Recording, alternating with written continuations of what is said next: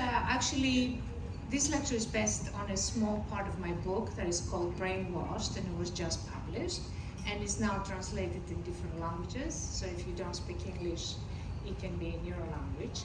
I have no conflict of interest, obviously. And the lecture today is brainwashed by marketing. And what does that mean? We're aging, and that's very traumatic. And then that's the light of hope. And hope makes us vulnerable to brainwashing because we want, and we want to have something. We want to change our lives.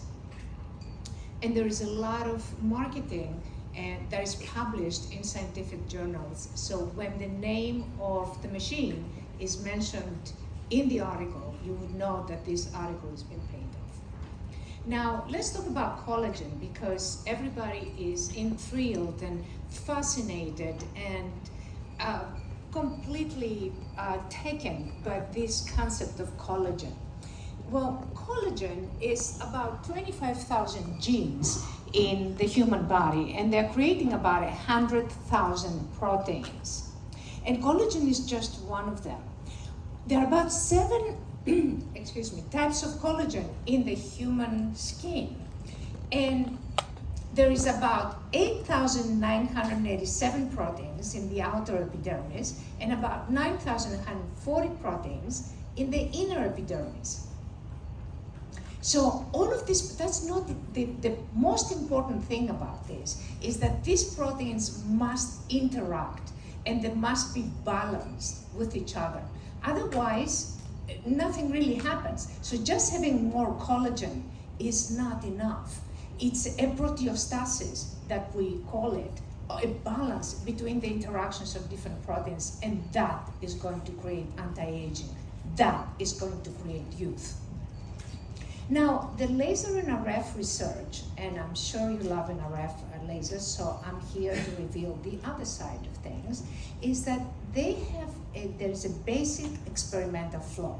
And what is the experimental flaw? Is they're looking at biopsies only at the point that they have lasered or they've done the radio frequency, but they're not looking at another side of the body to see if the collagen from the other side of the body has actually shifted to the side that has been lasered, and that's why you have more collagen. In other words, that the collagen is exactly the same, but it's just concentrated as a result of the trauma.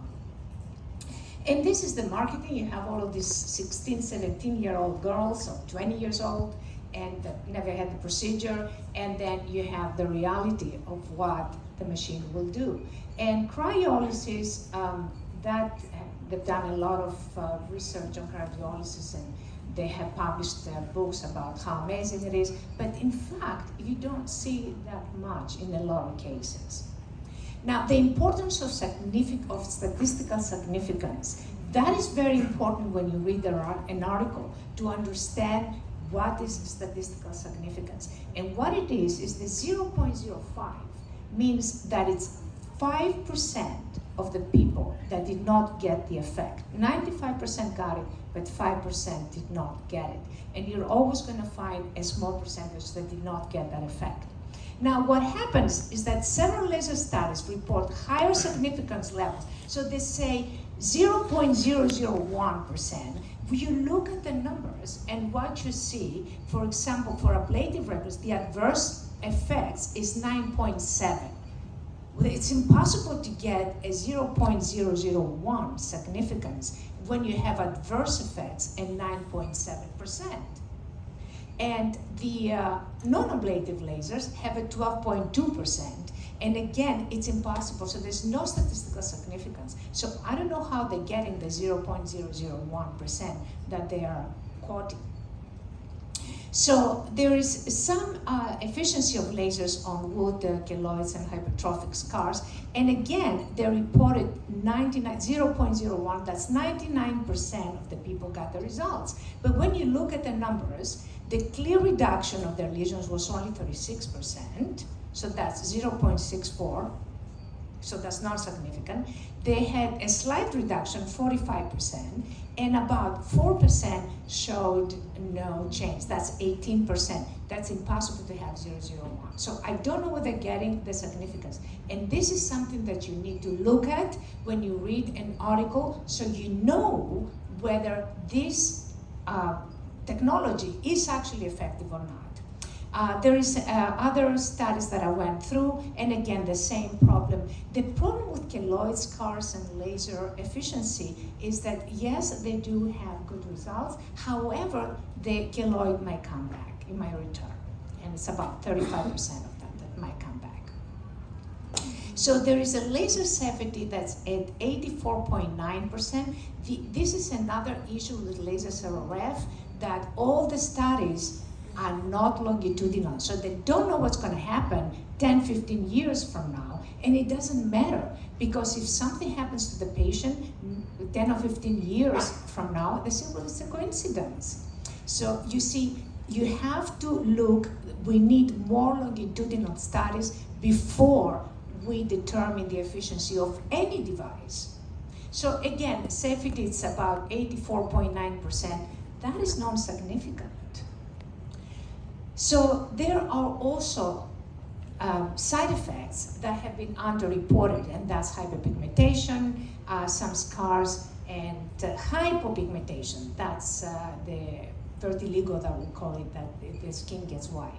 There is another danger of repeated trauma. When people keep doing laser treatments, their granzyme B causes apoptosis and inflammation, and that's enhanced with repeated trauma.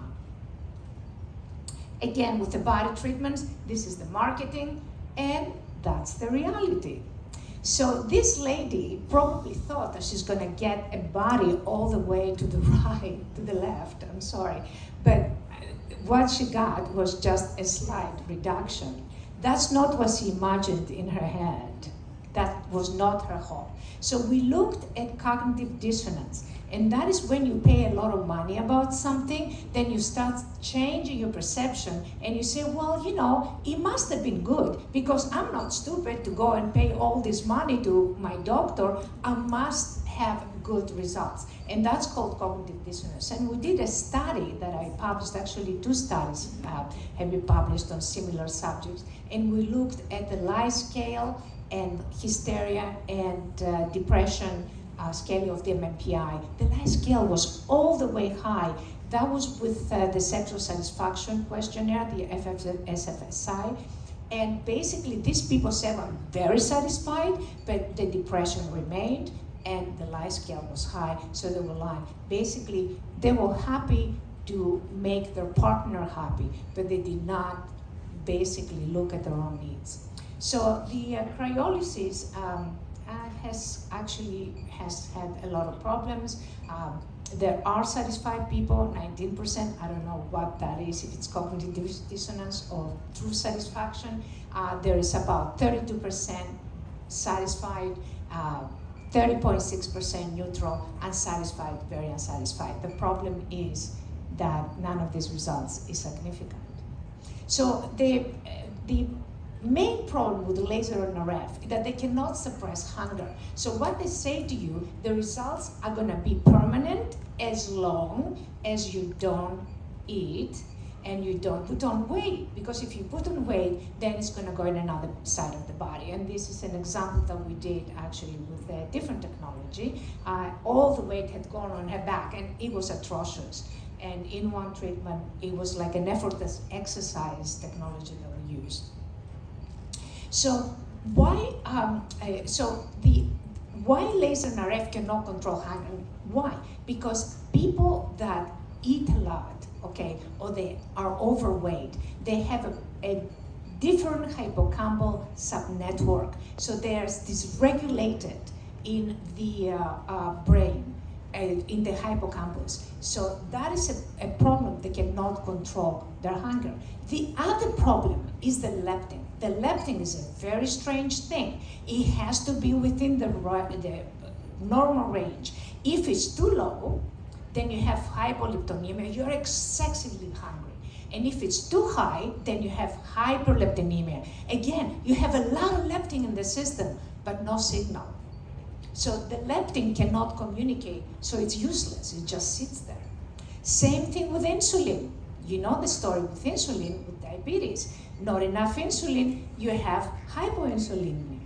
You have too much, you have hyperinsulinemia, that's the insulin resistance. And insulin, leptin, hyperleptinemia, and insulin resistance go hand in hand.